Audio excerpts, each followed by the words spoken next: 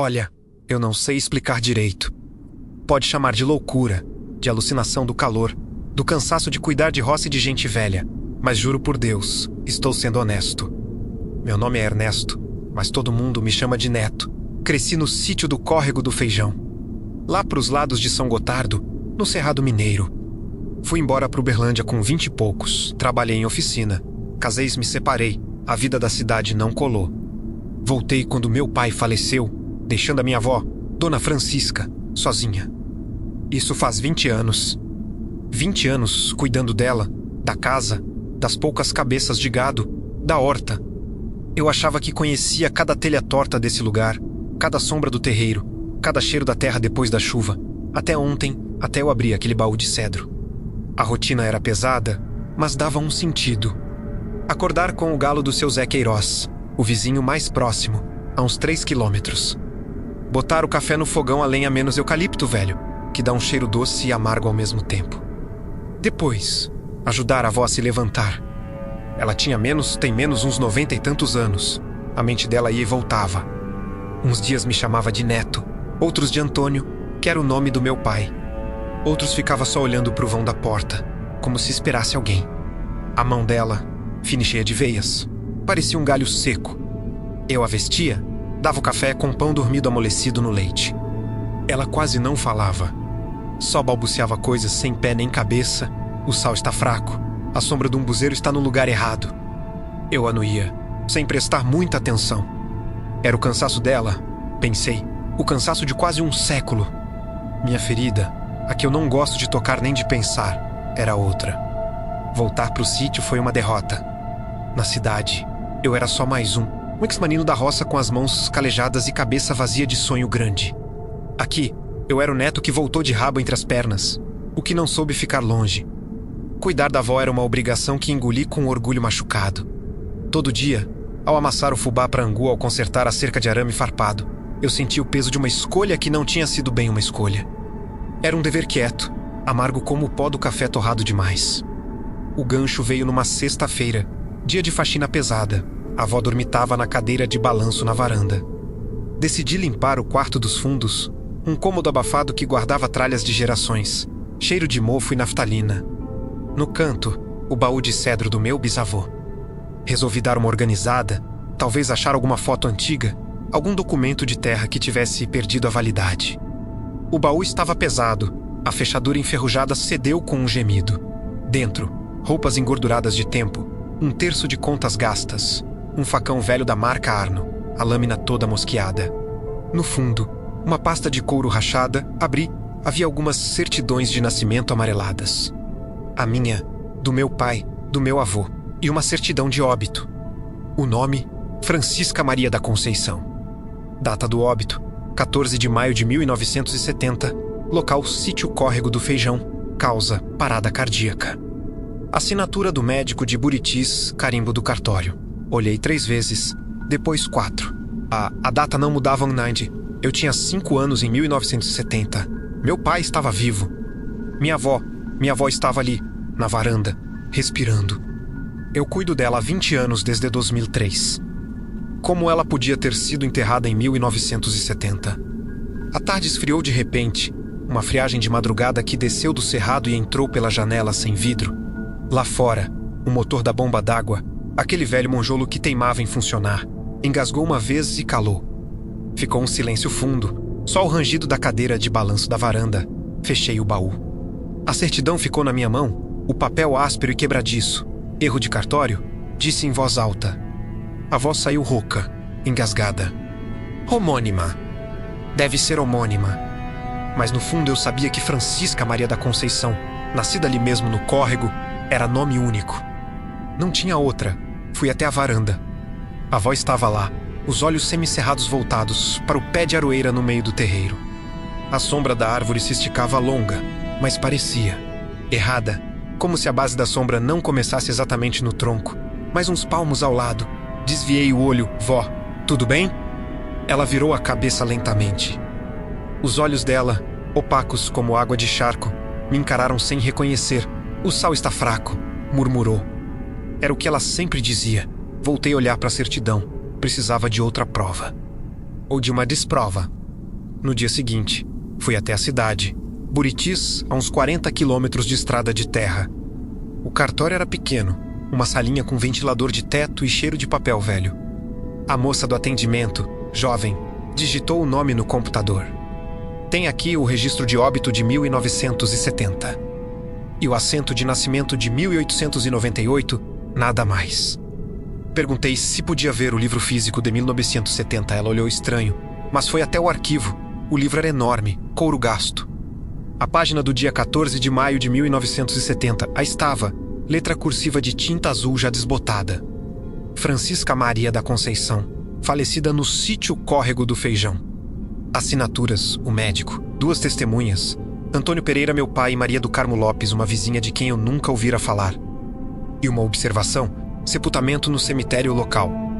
O cemitério local era uma capelinha de adobe a uns 5 quilômetros dali, onde minha família toda estava enterrada. A saída do cartório foi como andar dentro de um sonho pesado. O calor da quaresma apertava, o ar parecia melado. Comprei sal grosso no mercado, por puro instinto, e voltei para casa. No caminho, parei no cemitério. Encontrei o túmulo da família facilmente, uma lápide simples com os nomes dos meus avós. João Pereira e ao lado Francisca Maria da Conceição, menos 1898, menos 1970. Havia flores de plástico, murchas e poeirentas. Toquei a data entalhada na pedra. Era real, a terra ali estava sentada, quieta, com o mato rasteiro crescendo. Quando cheguei em casa, já era fim de tarde. A avó estava na cozinha, diante do fogão apagado. Ela não cozinhava havia anos. Estava apenas parada, olhando para o fundo da panela de ferro. Vó, o que é? Ela não respondeu. Aproximei-me. Na panela, havia um punhado de terra preta, daquela terra fértil de beiro de córrego. E misturado à terra, grãos de sal grosso, ainda não dissolvidos. Cheiro de barro molhado e de algo metálico, como sangue seco. Quem botou isso aqui?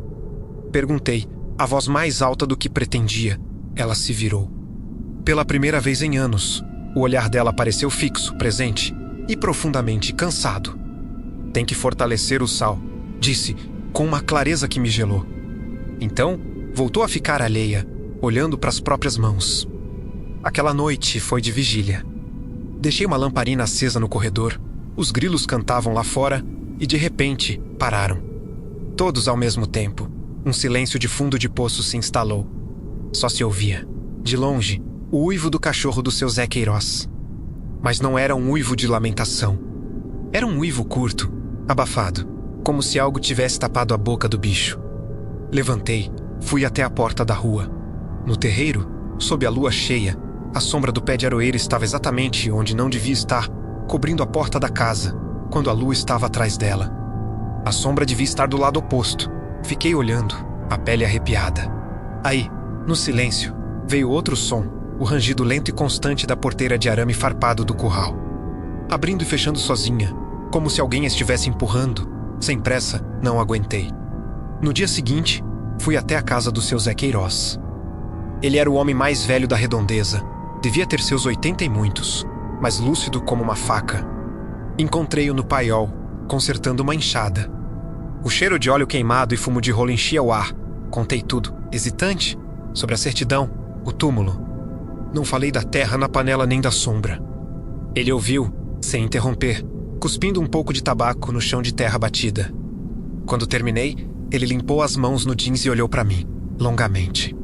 Neto, disse, a voz rouca. Algumas coisas a gente carrega para não sobrecarregar os outros. Seu pai carregou, agora parece que é você. Carregou o quê, seu Zé? Ele suspirou. Sua avó Francisca, a verdadeira, morreu em 70. Eu mesmo ajudei a baixar o caixão. Morreu de desgosto, dizem. Mas o problema não era a morte, era o que ficou. O que ficou, o amor dela pelo sítio, pelo seu avô João. E uma promessa quebrada. Seu avô prometeu que nunca venderia um pedaço da terra, a parte do córrego. Era o dote dela. Na necessidade, vendeu, para um fazendeiro de fora. Sua avó nunca perdoou, mas ela não era de criar caso, de berrar. O ódio dela foi para dentro, quieto, e foi proente o corpo dela. Quando ela morreu, a raiva não morreu, ficou presa na terra, nas coisas que ela cuidava e a senhora que está na minha casa. Quem é? Seu Zé baixou os olhos. Isso eu não sei dizer com certeza. Seu pai, Antônio, um tempo depois do enterro, começou a agir estranho. Ficava isolado. Aí, um dia, apareceu com uma senhora.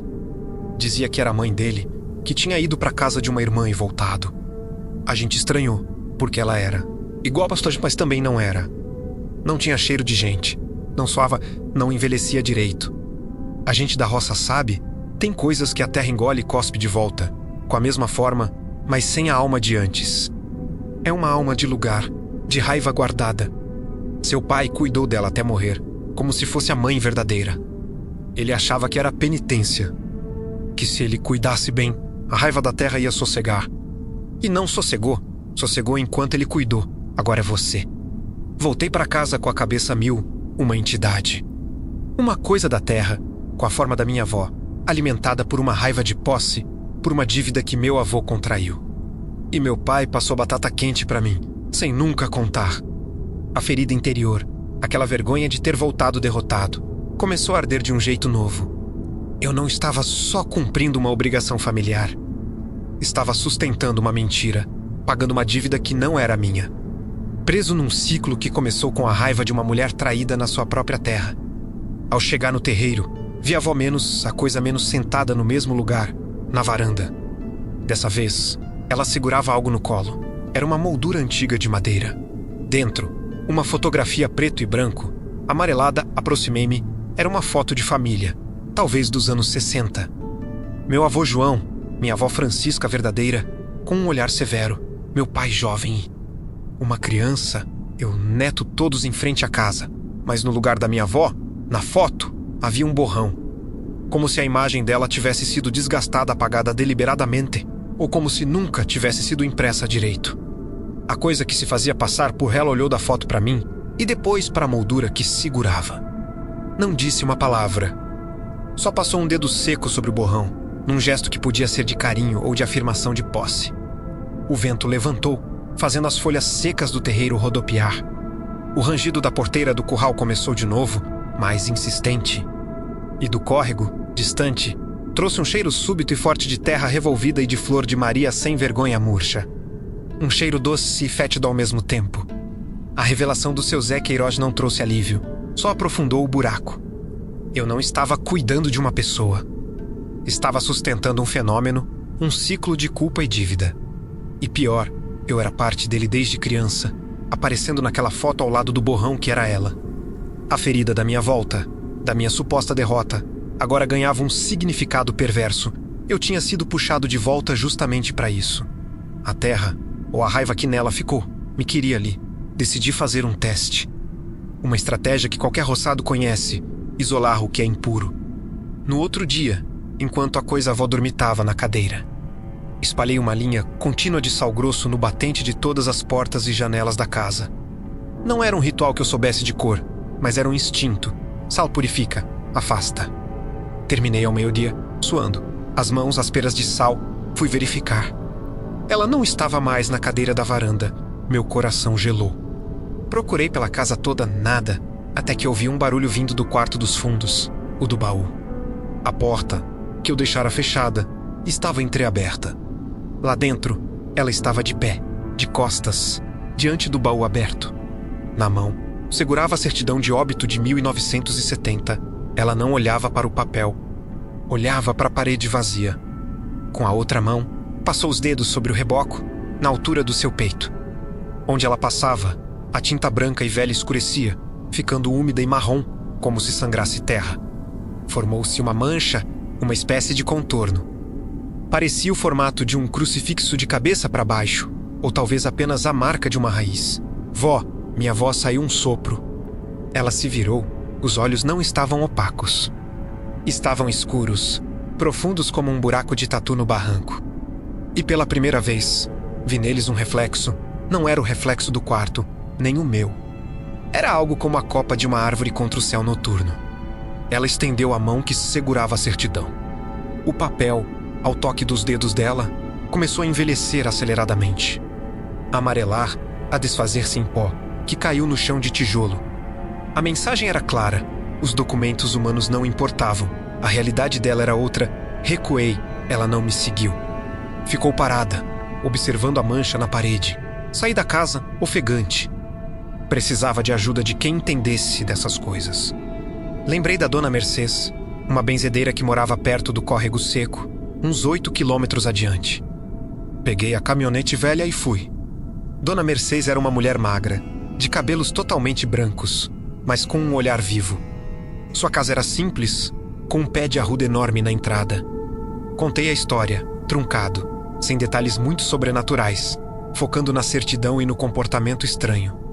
Ela me ouviu, mexendo um chá de folhas num bule de alumínio. O cheiro era de hortelã e algo amargo, talvez losna. Menino, ela disse por fim, o que você tem na sua casa não é fantasma. Fantasma é alma perdida, isso é algo da terra. É um encosto de raiva. Quando uma pessoa morre com um coração cheio de ódio por algo que lhe foi tirado, terra, casa, um amor, e essa coisa fica no mesmo lugar. Às vezes a raiva não se dispersa, ela se junta ao espírito do lugar, aos humores da terra e toma forma. A forma daquilo que mais amava antes de odiar, a própria pessoa. É uma cópia, vazia do que era humano, cheia do que era possessão. E como se quebra? Ela me olhou com pena. Quem quebra é quem tem a dívida, ou quem assume a dívida. Você pode tentar devolver o que foi tirado. Sabe qual pedaço de terra seu avô vendeu? Eu não sabia. Nunca me importei com os limites do sítio. Não, então você pode tentar sustentar o ciclo. Cuidar, alimentar a coisa com atenção, com ritual. É o que seu pai fez. Mas isso consome. Não consome o corpo, não direito. Consome o tempo, consome a sua vida. Você fica preso ali até que alguém mais tome o seu lugar. E se eu simplesmente for embora, deixar ela, isso, lá? Dona Mercês balançou a cabeça lentamente. Aí ela vai definhar. E ao definhar, vai sugar a vitalidade do lugar. As plantas vão murchar, os animais vão fenecer, a terra vai ficar estéril. E a raiva, sem um ponto de fixação, pode se espalhar. Pode pegar em você mesmo, à distância, como uma doença de saudade ruim. Você nunca vai se livrar de verdade? Era uma armadilha perfeita. Cuidar e ser consumido. Abandonar e condenar o lugar e a si mesmo. A segunda reviravolta, mais profunda, bateu, não era só uma dívida de terra do meu avô. Era uma maldição de cuidado passada de pai para filho. Meu pai me deixou o sítio não como herança, mas como penitência herdada. E eu, ao voltar, aceitei tudo sem questionar. Movido pela minha própria ferida, pela minha necessidade de um lugar no mundo, eu não caí no ciclo. Eu me voluntariei para ele. Na volta para casa, a caminhonete quebrou na estrada de terra, perto do córrego do Feijão. O motor simplesmente apagou, sem explicação. O silêncio que caiu foi absoluto. Nenhum grilo, nenhum vento, só o latejar do sol quente na nuca. E então, vindo da direção do sítio, o som inconfundível de uma enxada batendo na terra, com um ritmo lento e constante. Talk, talk. Era o som de alguém cavando. Mas não havia ninguém, além daquela coisa na casa, para cavar alguma coisa. Caminhei os últimos 2 quilômetros a pé, a poeira quente entrando nos sapatos. O som da enxada parou quando me aproximei do terreiro. Tudo parecia normal, exceto por um detalhe. No pé da aroeira, a terra estava revolvida, fresca, como se alguém tivesse cavado um buraco raso e depois tampado. Não me aproximei. A coisa-avó estava na varanda, na cadeira de balanço, como se nada tivesse acontecido. O olhar vazio de volta. A mancha de terra úmida na parede do quarto havia secado, mas a marca marrom permanecia, nítida. Entrei em casa e fiz o que talvez fosse a última decisão ativa com plena consciência. Fui até o quarto, peguei a pasta de couro do baú e coloquei dentro dela a foto borrada. O facão velho do meu bisavô e um punhado de terra do terreiro, daquele lugar perto da aroeira. Amarrei tudo com um cordão de couro. Não era um ritual aprendido. Era um acordo, um reconhecimento. Saí e me sentei numa cadeira ao lado dela, na varanda. O sol começava a descer, pintando o cerrado de laranja e roxo. O cheiro do capudura queimado de uma roçada distante chegou pelo vento. Vó, falei, sem olhar pra ela, eu não vou embora. Eu não sei qual pedaço de terra o vô João vendeu, nem vou atrás. Mas essa terra aqui, essa casa, ela é sua também. Pelo amor que você teve, antes da raiva, eu vou ficar. Vou cuidar de você, ou do que você virou, não por penitência. Não por medo. Mas por que é o meu lugar agora? A minha raiz, mesmo que seja uma raiz que se alimenta de raiva alheia, ela não reagiu. Continuou balançando lentamente, mas senti, no ar, uma mudança sutil. A pressão que pesava no peito desde que encontrei a certidão pareceu afrouxar um pouco. Não como alívio, mas como uma acomodação, como se a terra e a coisa nela tivessem aceitado os termos. Não houve milagre. A coisa não se transformou na minha avó de verdade. No dia seguinte, ela ainda estava lá, sem cheiro, com a sombra atrasada. A galinha do terreiro parou de botar ovos. O motor da bomba d'água nunca mais pegou direito, tendo que ser ligado na mão toda vez. A porteira do curral continua rangendo sozinha nas noites de lua cheia. A diferença é que agora eu sei e aceito. A escolha moral foi impossível manter uma entidade de raiva viva. Sustentar uma mentira familiar, consumir minha vida num cuidado sem amor, apenas por uma trégua. Ou destruir o lugar e correr o risco de levar a maldição comigo. Escolhi ficar, escolhi o ciclo. Porque no fundo, a minha ferida menos, a vergonha de não ter pertencido a lugar nenhum menos encontrou. Nessa armadilha, um pertencimento doente, mas real. Eu pertenço a essa dívida. Sou seu guardião agora. Naquela noite, antes de dormir, vi ela parada na janela do quarto dela, olhando para o terreiro. Refletida no vidro escuro, sua imagem não aparecia. Só o vazio da noite, atrás de mim. E então, muito lentamente, a porta do quarto dos fundos, onde ficava o baú e a mancha na parede, fechou-se sozinha, com um baque surdo que ecoou pela casa toda. Até hoje, toda sexta-feira, eu renovo o sal grosso na soleira da porta. E quando o vento traz o cheiro de terra molhada do córrego, eu me pergunto se é só o cheiro da terra, ou se é ela, respirando. Obrigado por assistir, curta o vídeo e se inscreva no canal para ouvir mais histórias.